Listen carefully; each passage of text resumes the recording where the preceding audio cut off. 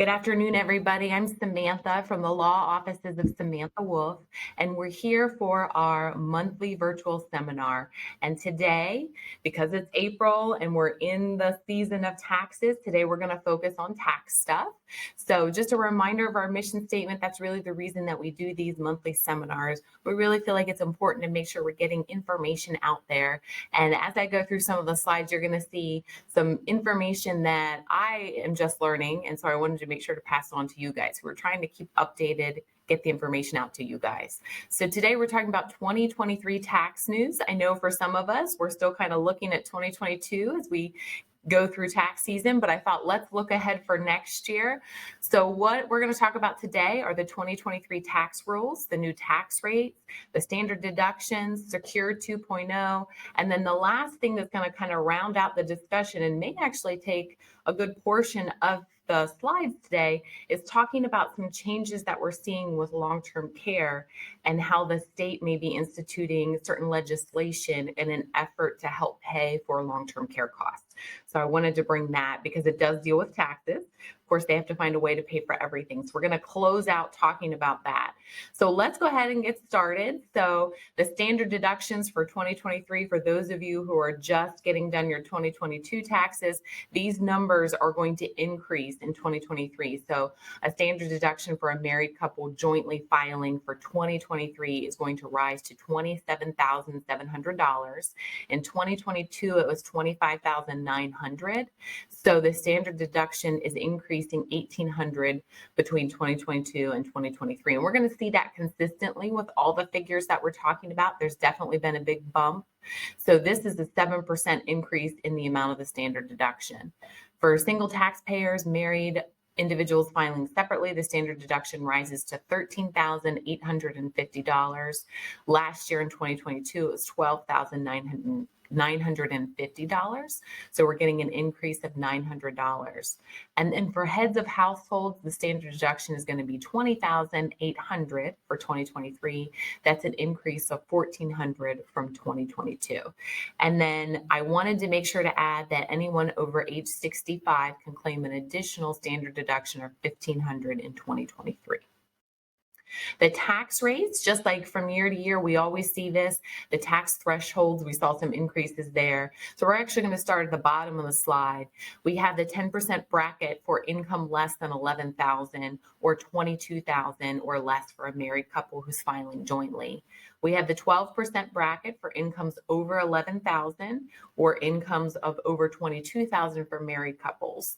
And know that when we're talking about this type of tax, again, it's the same rates that we're seeing. It's just that the values, the brackets have increased. So we're going to see the 12, 22, 24, 32. So the 32 is now saying that if you are an individual and you have income over $231,250, or if you're a married couple, $462,500. It's easier if we go to the next slide, Jess, and let's actually look at the chart. So here's our chart. So we have a column single, married filing jointly, head of the household. It used to be that the number that everyone was concerned about was adjusted gross income above $400,000. We're seeing that now top $500,000 now. So usually if you're getting close to $500,000, you know that you're going to be hitting the 37% bracket. The other thing to remember is that if you have certain income, it's dealing with a Medicare surtax. So if you have what they call net investment income, you have thresholds there. So know that that's still the $250,000 for a married couple. If you have net investment income exceeding that $250,000, then there may be an additional 3.8% surtax that applies. So these brackets don't reflect that Medicare surtax. That amount, it's either $200,000 for an individual or $250,000 for a married couple. Those amounts don't adjust, or we haven't seen them adjust like our normal tax brackets and rates. So every year we see the brackets, the thresholds kind of increase and bump up, but we haven't seen that for the Medicare surtax. So just keep that in mind, that that number is 250,000 if you're married or 200,000 if you're an individual, but that is only for net investment income. So that would be for if you have another property and you sell it, not your primary residence. If you have other investment income that is over that amount, then you might have a Medicare surtax issue that you want to be concerned about.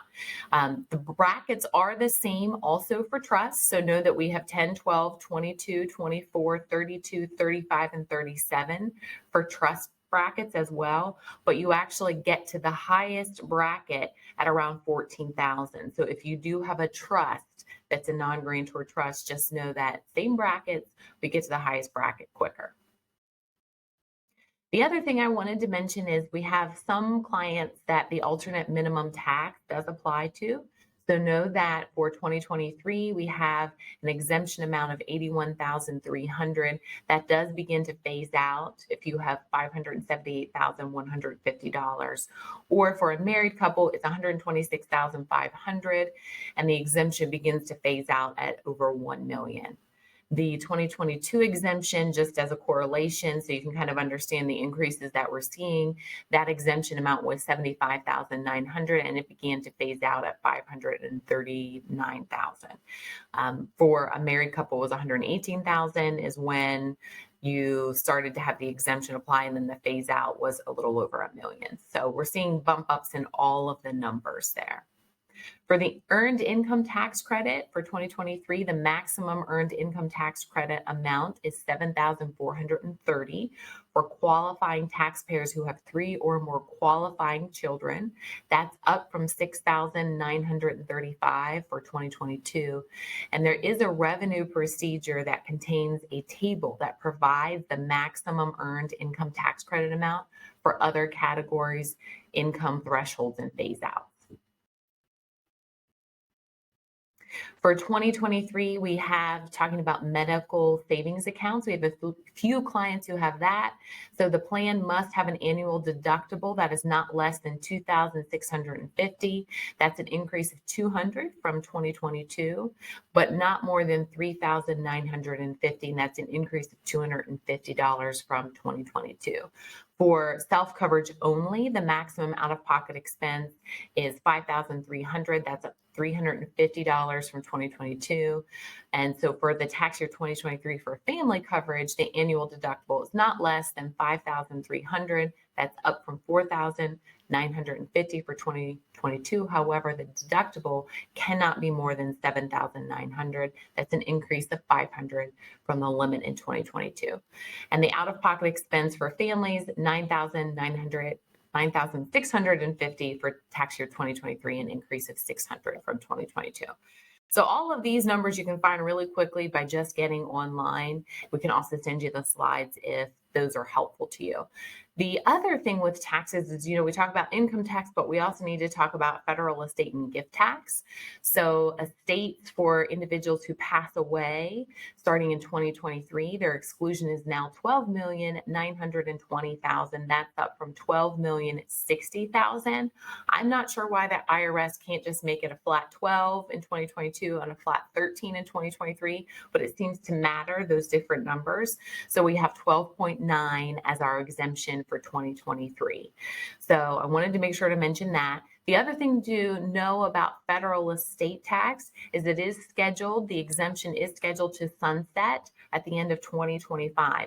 When it sunsets, beginning in 2026, assuming Congress does nothing, the exemption will fall to $5 million per individual. Now that does include an inflation adjustment.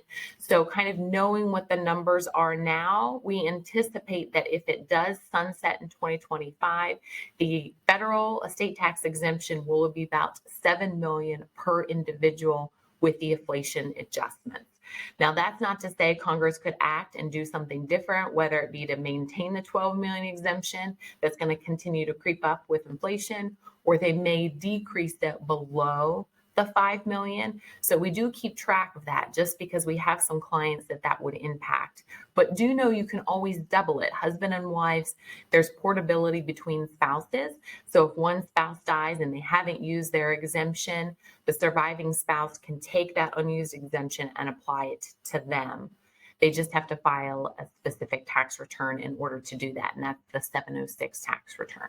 So we saw an adjustment there. The other thing to know about federal gift and federal estate tax is there's the annual exclusion amount. That's the amount that you can give every year to as many people as you want. You don't even have to file a gift tax return. That increased to $17,000 in 2023. That's a $1,000 increase. In 2022, it was $16,000. Here's the reason why it's important to know that it increased $1,000. So the annual exclusion adjustment is normally a number. It started with 10,000. So we still have some clients who think they'll come in and say, I can give 10,000. That number does get adjusted for inflation, but it's not an annual adjustment typically. Normally, we'll see a number stay around for 3, 4, sometimes 5 years. For a long time when I was practicing, we were stuck on 12,000, then they inched it to 13,000, then to 14,000. This year, for the first time, we saw it adjust up to 16, and in 2023, we saw a $1,000 adjustment automatically. We don't typically have that. We don't typically have an annual exclusion that sticks around for just 1 year. It's usually multiple years. The interesting thing to know is they're already projecting that the annual exclusion adjustment will be another 1,000. So what that would mean is if they anticipated and calculated that correctly, that in 2024, the annual exclusion amount will be 18,000. So as long as I've been practicing, like I've said, we've seen multiple years where we've had the same annual exclusion. So this is a little bit different that we've seen the last couple of years with the increase being so much. What you have to understand is that just lets us know what inflation is doing, because normally they don't round up until they can round up to that number with the inflation adjustment. So the fact that they're adjusting it by $1,000 increments is a big deal and kind of lets us know what is happening with inflation. So we'll see if they have projected that correctly, but they are saying 18,000 in 2024. Know that you can split the gifts with husband and wife. So husband can give 17,000, wife can give 17,000 to the same individual. So if you have 2 kids, for example, you give one kid 34,000, you can give the other kid 34,000. If you don't mind giving it to the child's spouse, you can also give the spouse 34,000. So there's quite a bit that you can transfer for federal gift tax purposes without having to file a gift tax return. And remember, the recipient doesn't have to claim it for income tax purposes. So sometimes that can be a real benefit as part of your estate plan. But also know for Medicaid purposes. So remember, we have an annual exclusion amount for federal gift tax purposes, but we do have a Medicaid amount. So if you gift over $500 or more to someone in 1 month for Medicaid, that's considered a transfer. So even though it would be okay for federal gift tax purposes, no return would have to be filed. If you're somebody who is receiving long-term care and might be paying through Medicaid, know that that could affect your Medicaid benefits and may trigger a transfer penalty. So I would like to make sure that people know that, because sometimes they'll come in and anticipate giving gifts, and there's a 5-year look-back period in Pennsylvania. So the 5-year look-back period is triggered if you gift $500 or more in any 1 month. Okay, let's now shift to Secure 2.0. So just a little background, if anybody has been on our virtual seminars in recent months, I feel like all I do is talk about Secure at some point during the seminar. So just as a background, President Trump signed in Secure, the first Secure. At the time, we didn't know there was going to be a 2.0. So that he signed it in December of 2019. It became effective January of 2020. So we've known that we have Secure since 2020. The interesting thing is that the Treasury Department and the IRS issue regulations that tell us how to interpret the legislation that's been passed. So Secure was effective January of 2020. The regulations, the proposed regulations, did not come out until February of 2022. So why that was so important is that when Secure was originally passed, the big change was that beneficiaries of retirement accounts are not going to get the stretch. So it used to be that if you had an IRA and you left it to your children, if you designated the designations properly, they'd be able to take the RMDs over their life expectancy. And in 2021, with the Secure Act, they got rid of that unless you are a spouse, a minor child, a person who's chronically ill, or a disabled individual. Those certain individuals are what they call eligible designated beneficiaries. Those individuals still do get the stretch, but every other beneficiary is not going to get the stretch. They're going to have to take it within a 10-year period. What was interesting is when the legislation was enacted, everybody, because the IRS, and when I say everybody, all of attorneys, accountants, everybody, thought that it was going to be an all-out rule, which meant that you didn't have to take an annual amount every year as a beneficiary of an IRA. You could wait, and at the end of year 10, the end of 10 years after this person passed away, you'd have to empty the IRA. And the reason that we all thought that is because in May, so it passed in December, enacted in May, enacted in January, and then in May of that year, the IRS put on their website a publication that said, don't worry, you don't have an annual withdrawal amount. If you're a beneficiary, you can take it all out at the end of year 10. So we had beneficiaries under the advice of attorneys and accountants who weren't taking RMDs in 2021, 2022, because the Treasury regulation had said, and the IRS had said, they weren't going to have a required minimum distribution for beneficiaries. When the proposed regulations came out in February, they decided that, yes, it's an all-out in year 10, but they're going to require beneficiaries to take a required minimum distribution in years 1 through 9. So what they're saying is, yes, you still have to take an annual amount. That's based on your life expectancy. And then when you get to the end of year 10, you have to empty it all out. And that was the surprise from what the IRS had actually published. So the IRS did say that they were not going to require RMDs in 2021 and 2022. Know that the proposed regulations were issued in February. We still do not have final regulations for Secure One. But because the IRS did say they weren't going to require RMDs for 2021 and 2022, it seems to indicate that will be the finalized regulation. So what we saw in the proposed will become final. We just don't know when they're going to become final. As if they couldn't make things more fun for us, then they passed Secure 2.0 December of this past year in 2022. So we haven't even gotten the final regulations for Secure 1. We already have changes through Secure 2. So I wanted to go over them. We have gone over them before in previous seminars, but I think it's important enough for us to hit it here. So let's go over those. So Secure 2.0 obviously affected required minimum distributions, but we also saw some changes for 529 plans. So I wanted to talk about that as well here. So let's run through the big changes. So the first thing they did is Secure One, which is now what we're calling it. When it passed, they increased the required minimum distribution age for the account owner to 72. When Secure 2.0 passed, they increased it to 73. So if you hadn't already started to take your RMDs, you could defer that until 73 now. So we saw that change. That was effective January 1st of 2023.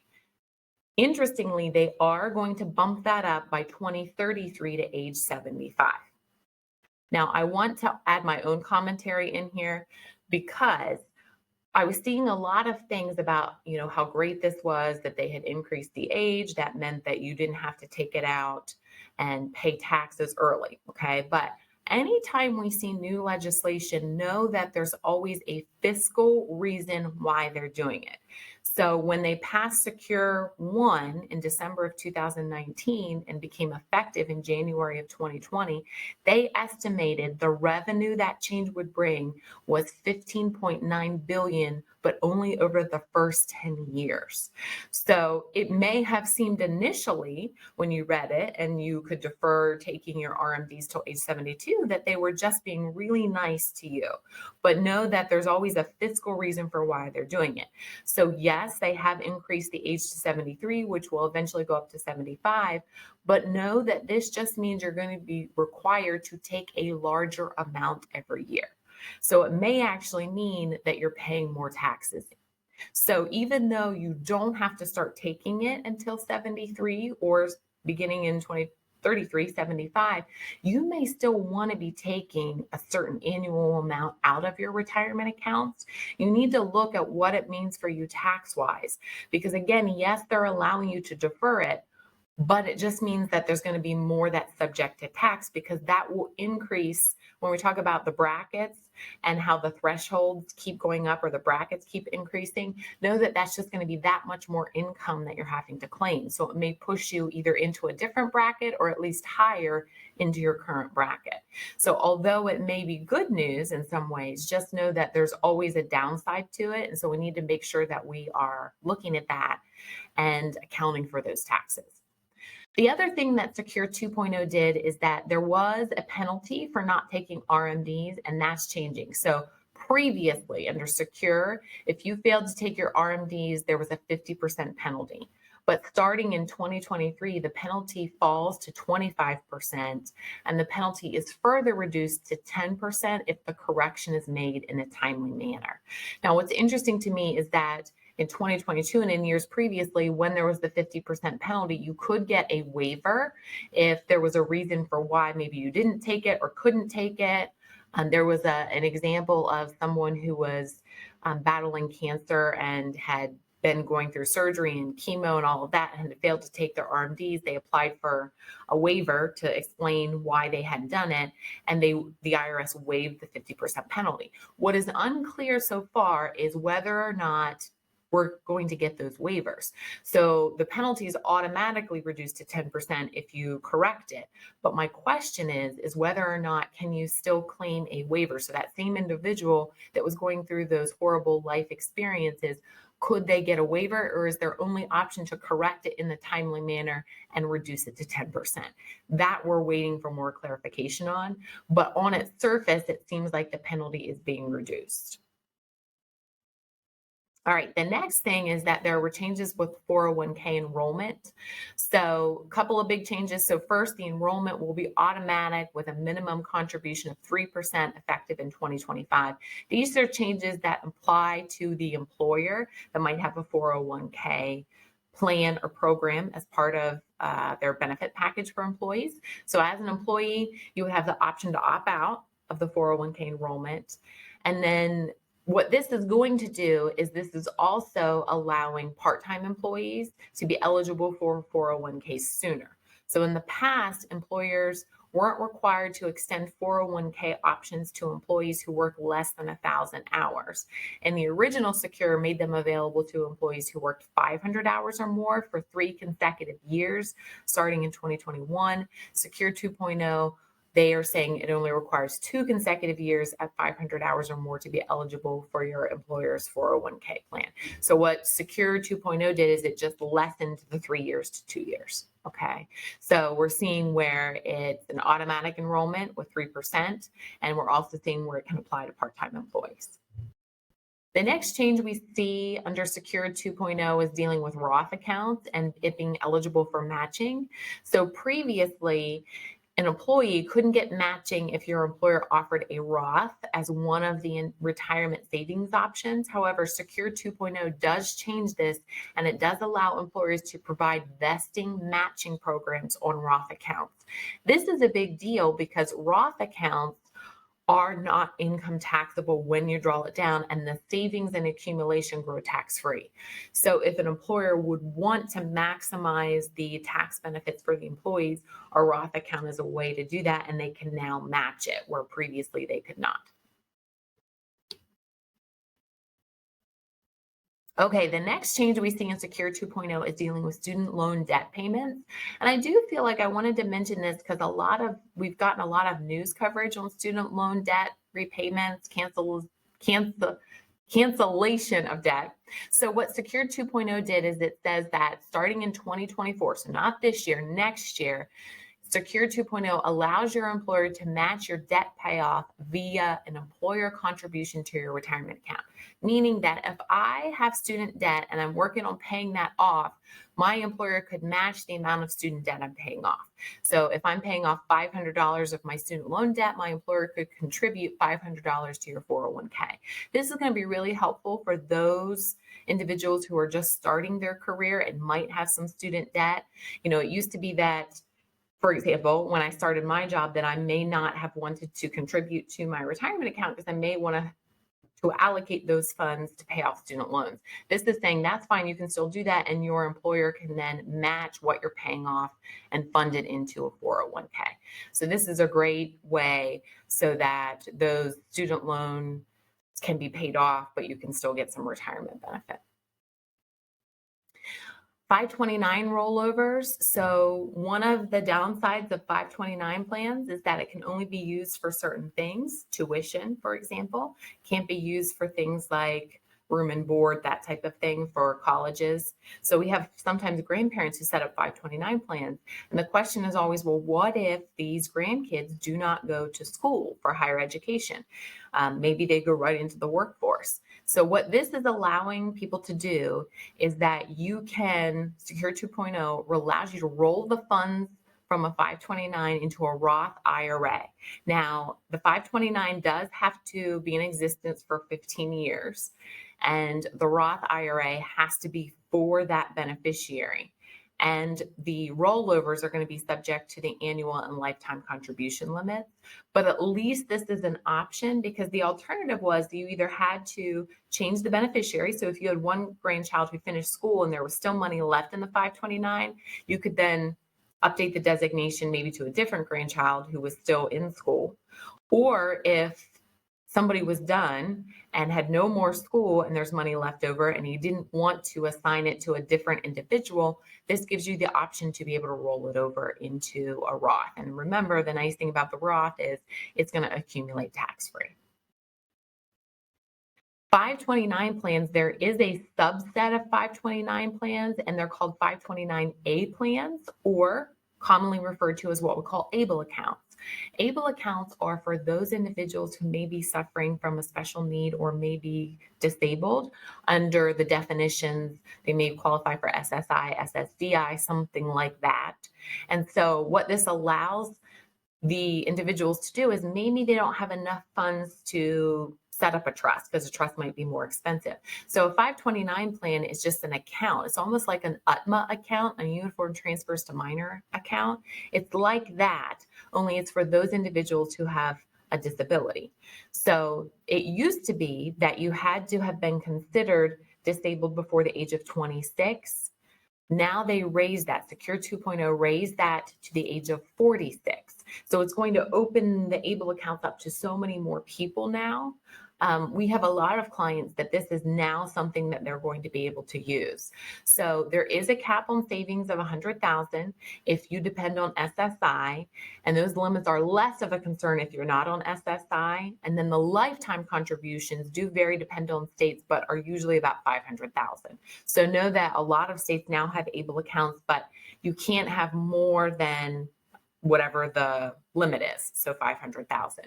So these are going to be for people that, it doesn't make sense financially to do a trust. So let's do an ABLE account, because then we don't have the administrative costs that we do with a trust. So we're now going to be able to do this for more people. So I thought that was a great addition to Secure 2.0.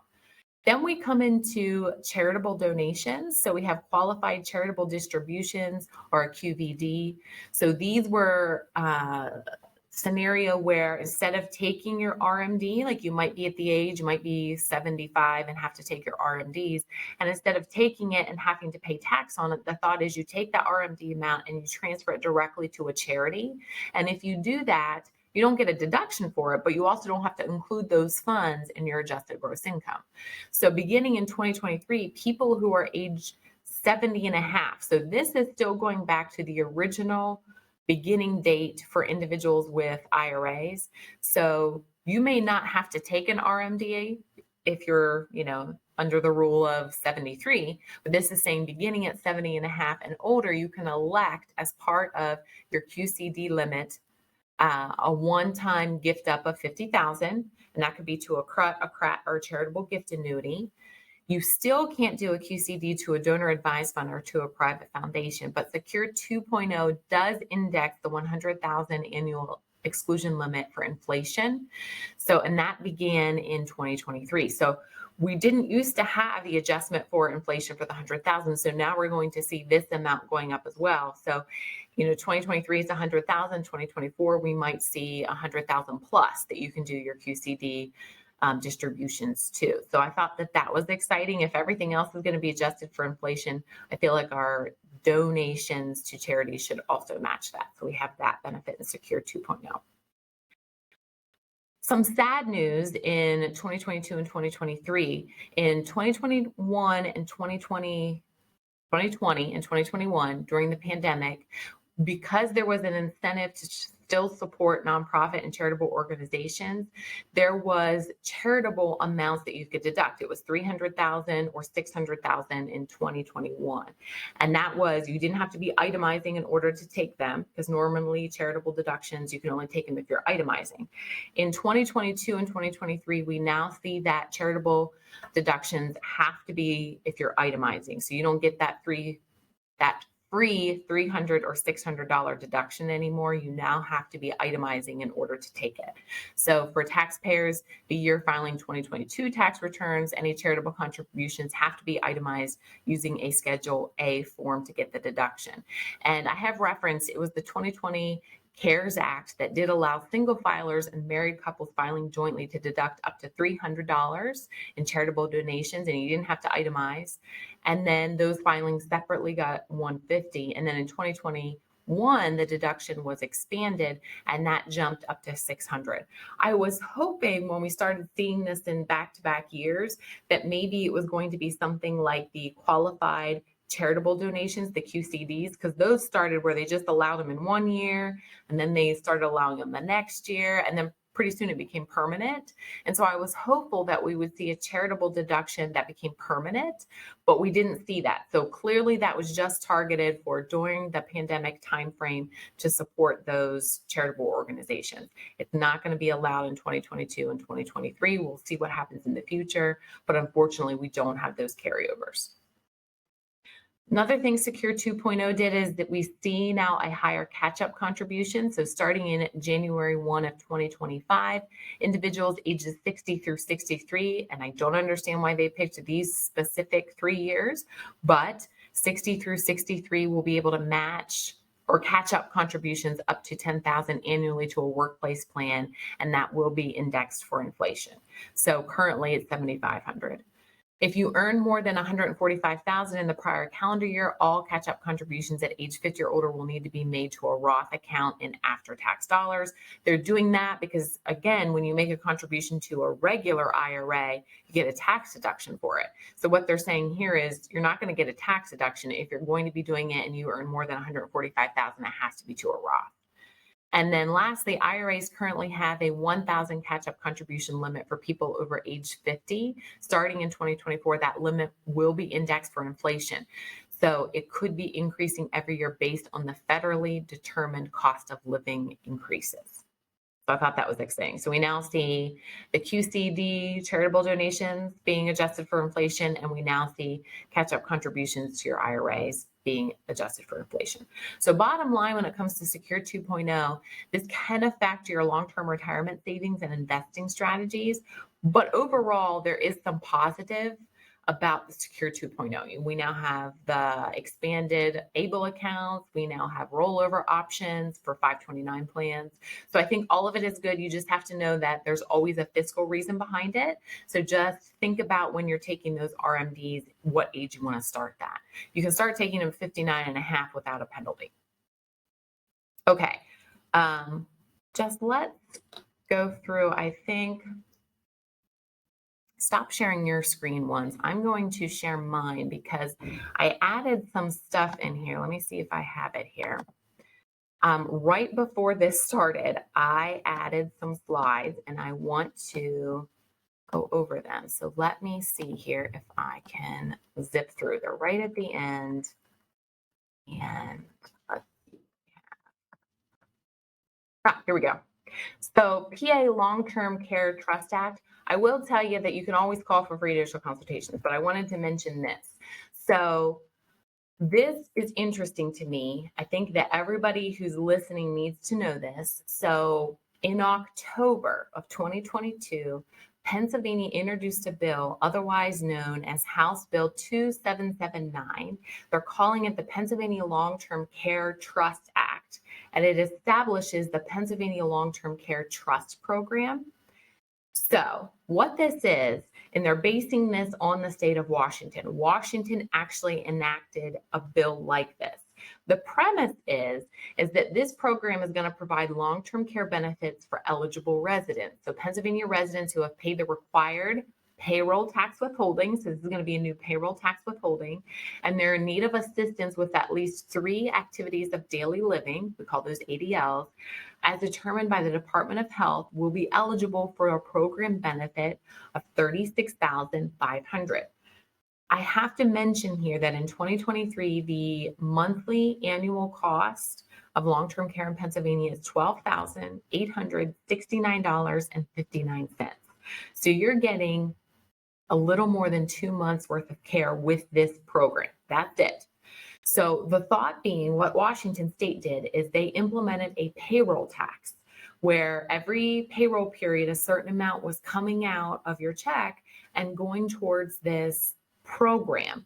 And if you were a Pennsylvania resident and you needed long-term care, your benefit would apply to you. So the thought being that we wanted to rely less on Medicaid and more on a self-funded program, and Pennsylvania is going to take the approach, or at least they propose the approach of we're going to mandate that this is going to come out of your payroll.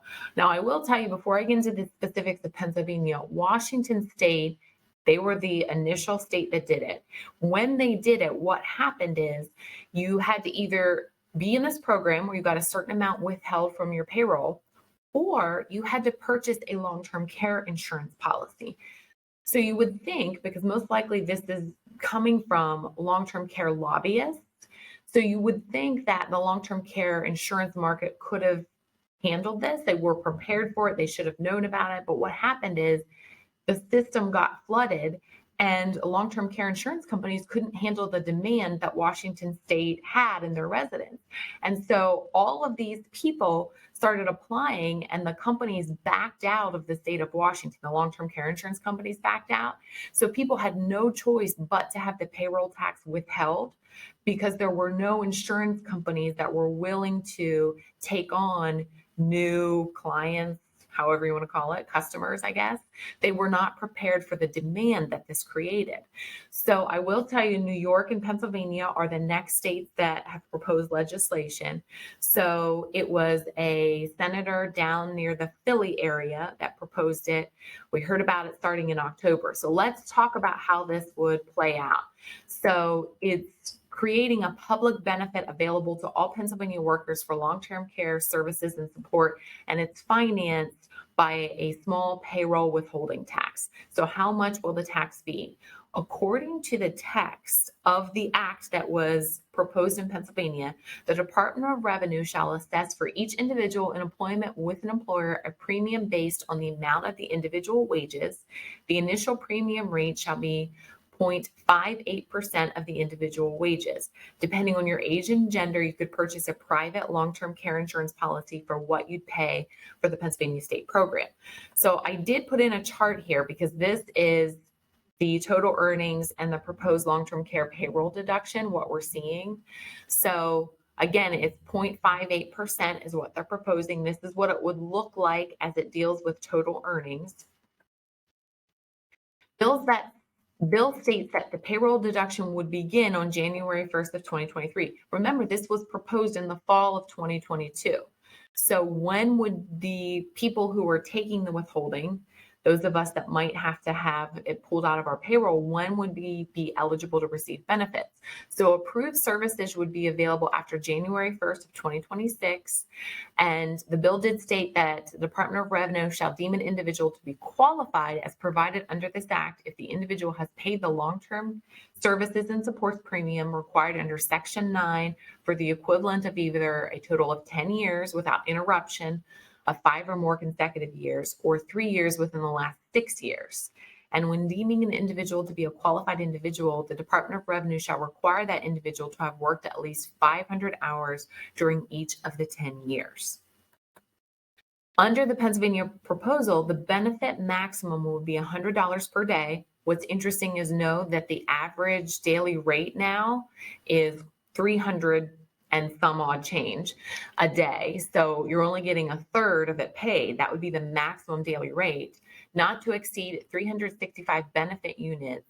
Otherwise, a total lifetime benefit of $36,500. Like I said, a little more than 2 months of care. And that's assuming that the average cost of care stays at $12,869. They adjust that amount every year depending on what the cost of care is. That's the average across Pennsylvania.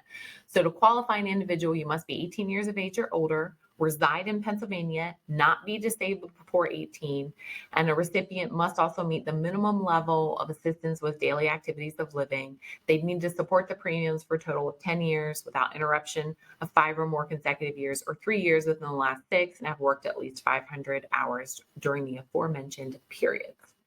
Is there an exemption?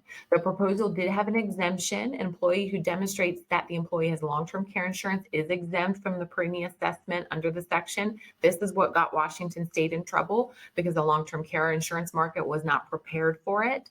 So the Washington State residents actually had to look for insurance companies outside of Washington State if they wanted to meet this, because Washington State providers just completely backed out of the state. They couldn't handle the demand. So the Long-Term Care Act will establish a fund to provide up to $36,500 in lifetime benefits. It is indexed for inflation to eligible beneficiaries for long-term care services. This may include respite care, in-home caregiving, time in a nursing home or assisted living facility. That's interesting to me because Medicaid does not cover assisted living. It only covers skilled level care. So technically this act would cover assisted living. I don't know for how many months it really would, since it's only $36,500. It would also cover home modifications like constructing a wheelchair ramp and other elderly care expenses. We don't know how we're going to see this impact with Medicaid. So my thought is, just kind of thinking through the process, is if we have somebody who's either private pay, getting veteran benefits, or is on Medicaid, this benefit would cover initially. And then after that, you would fall under private pay, veterans benefits, or Medicaid. Now, remember that Medicare coverage already covers a portion of it. So if you have a minimum 3-day hospital stay where you're actually admitted into the facility, Medicare covers up to 100 days of your care. Days 1 through 20, they cover the entire amount. Days 21 and on, there's a copay that you have to pay. So again, we're not sure, it's not really explained how this deals with Medicare, but in my thought is that if you're in a facility and you're within your 100 days of Medicare and you have this benefit, again, it would be using this benefit first, then I guess private pay, veterans benefits, or Medicaid would have to be secured for the individual in order for them to continue to stay at the facility. So where did this turn up? Because know that the 2022 legislative session is done now. We're now, beginning our 2023 legislative session. So House Bill 2779 is pending consideration in the Pennsylvania House Aging and Older Adult Services Committee. What will have to happen is, starting in 2023, this legislation will have to be reintroduced in order for it to make any headway. But we see that it's passed in Washington. We know that New York and Pennsylvania are considering it, and we know that it was already proposed in the fall of 2022. So we're going to keep an eye on it. I think it's likely that we'll see it reintroduced. It might have some modifications. I'm actually hoping it has some modifications based on the disaster that happened in Washington with the long-term care insurance providers. So that might change. And also I would hope the effective date would change too. So even if it had passed at the end of 2022, the fact that it was going to be effective January 1st of 2023, I'm just trying to think logistically how you implement a new payroll tax, get that rolled out in the appropriate time. I would think this would be a little bit of a nightmare for employers to have to be instituting educating people on it. So my hope is that if they do introduce it, we would see an effective date a little bit farther out than just a couple of months after the bill is introduced. But we'll have to see how this plays out if they reintroduce it. But I wanted to talk about it because I hadn't really seen a lot about it in the news. I hadn't seen a lot of people talking about it. And although it's not income tax or federal estate or gift tax, this is a payroll tax that will be withheld. So I wanted to make sure to mention that. Okay. So that being said, our next monthly virtual seminar is May 18th at noon, and it's going to be things your mama should have told you. You can register in all the typical ways. You can reach out to Amy, call or text us, and you can also do it via our website. So thank you so much for joining today's Tax Stuff seminar. I hope it was helpful. Always know you can call our office. Our number is 717-655-2676. We do offer consultations. So if you have any questions or concerns, you can always give us a call. Thank you so much for watching. We look forward to seeing you.